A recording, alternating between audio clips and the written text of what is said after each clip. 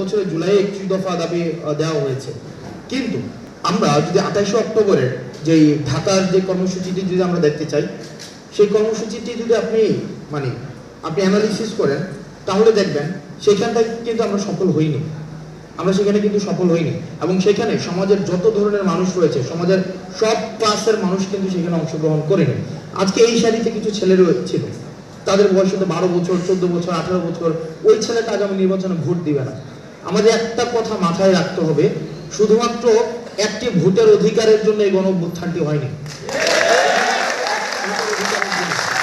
শুধুমাত্র আমি ভোট দিব, দেখেন বিদ্যমান রাজনৈতিক কাঠামোটি রেখে পরবর্তীতে আমরা যতই নির্বাচন দেই না কেন সেই নির্বাচনের গ্রহণযোগ্যতা কিন্তু থাকবে না। এবং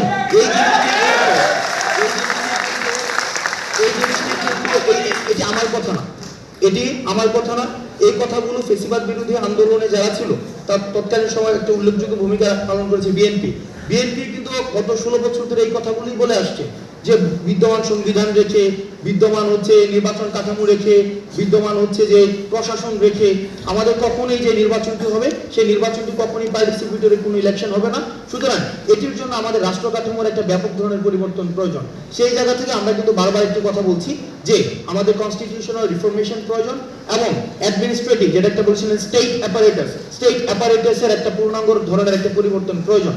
দেখেন আমরা যারা নির্বাচিত সরকারের প্রতি আমাদের আস্থা আছে, কিন্তু আমরা প্রতারিত হয়েছি ইতিহাসের প্রতিটি পর্যায়ে।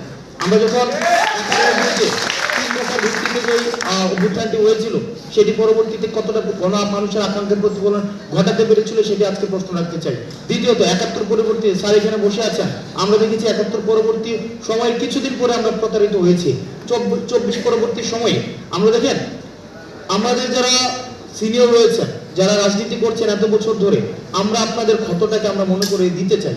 আপনারা ন্যূনতম কথা পর্যন্ত বলতে পারেননি, আপনাদের ন্যূনতম কথা বলার অধিকার পর্যন্ত ছিল না। আপনাদের দলের যিনি নেত্রী, উনার ন্যূনতম চিকিৎসাটির অধিকার পর্যন্ত ছিল না, তাকে বন্দী করে রাখা হয়েছে।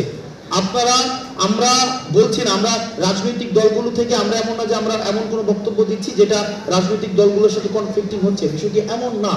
আমরা চাচ্ছি যে বেসিক যে সংস্কারগুলো ছিল এই বেসিক সংস্কারগুলো আগে সম্পূর্ণ হবে এবং সেটি হচ্ছে আমাদের গ্রহণযোগ্য নির্বাচনের দিকে নিয়ে যাবে। বিষয়টি এমন না যে সংস্কার হলে নির্বাচন সম্ভব না, আবার নির্বাচন হলে সংস্কার সম্ভব না। নির্বাচন এবং সংস্কার এই দুটি সাইমultaneously চলবে।